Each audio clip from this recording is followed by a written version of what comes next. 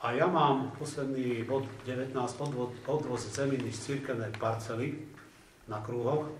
K tomu sa dostaneme v rôznom. Prišla požiadavka o odstránenie tejto zeminy. Čiže táto položka je pomerne sporná, že koľko to bude vôbec stáť, podľa toho, čo sa s tým spraví. Ak by sa to malo odviesť do nejakých 3 až 5 kilometrov, tak by sme museli uvažovať o sume viac ako 30 000 eur, lebo to je 3000 metrov kubických. A keď som v priebehu dňa s rozpočtármi, toto je čerstvá informácia, alebo čerstvá požiadavka z cirkvi. Keď som rozprával s rozpočtármi, tak našťastie Prehrádok naceňovala firma SIPS niečo podobné, odvážajú do 3 či 4 km, tak oni uvažovali až zo sumou 15 eur za kubík.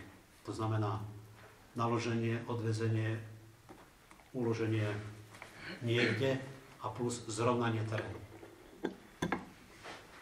Je možné, že poprosíme funkcionárov cirkvi, že by sme sa na to išli spolu pozrieť a nájsť nejaké kompromisné riešenie.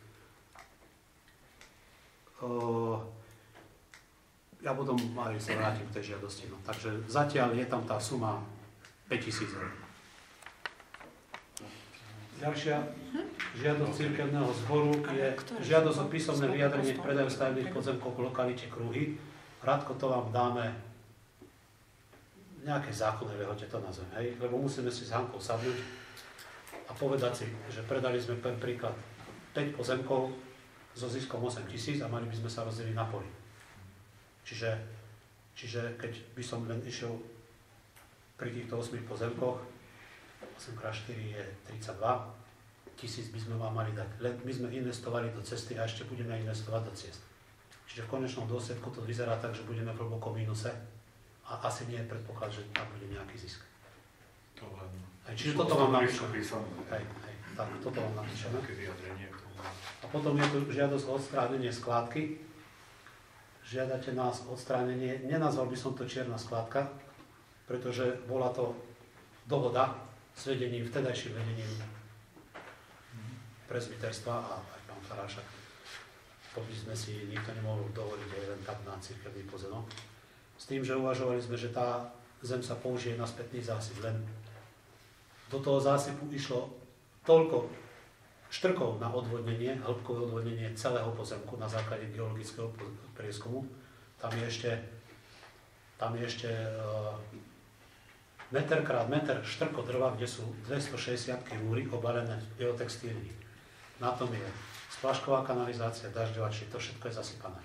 Čiže zhruba toľko zeminy, ktorá nemošla naspäť, je inej ako tá, čo je voľnej, alebo výkopku. Je to vlastne všetko zásypový materiál dovezený. Tak ja by som doporučoval, ako tento termín nemáme šancu stíhať, hej. Ja som aj preveroval, že čo by to stálo, ani netuším, že kde by sme to dali. Určite musíme nájsť nejaké východisko. Šťastí je možné, že by sa to dalo zahľadiť, lebo sú tam aj také terény, ktoré by sa dali zrovnať, hej, a zaviesť to normálnou ornicou. Jedno z riešení. Samozrejme, náklady bude hradiť vec. No, to je, išlo to cez uznesenie prezbiterstva. Samozrejme. 14 ľudí rozhodlo, že sa treba na to. Čiže môj názor, že obec by doporučila spoločné stretnutie, ešte kým to nezasype sneh. Môžeme to ísť pozrieť aj keď budeme na tej obliadke. Dobre, čiže toľko k žiadostiam Evangelickej cirkvi.